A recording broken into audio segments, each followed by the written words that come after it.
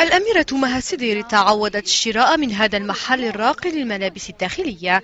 أثمان القطع هنا باهظة ونوعيتها رفيعة، مما جعلها زبونة وفية تتردد على هذا المحل لتشتري بمبالغ عالية.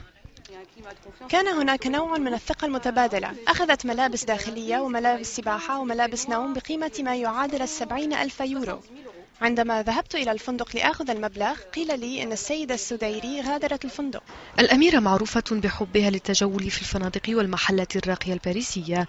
هنا اشترت مجموعة من الملابس الجاهزة قيمتها حوالي 140,000 يورو، كما اشترت لأطفالها أحذية مصنوعة من جلد التماسيح بقيمة ما يقارب 10,000 يورو. إضافة إلى هذا اشترت ما قيمته 60,000 يورو من القطع الذهبية والمجوهرات.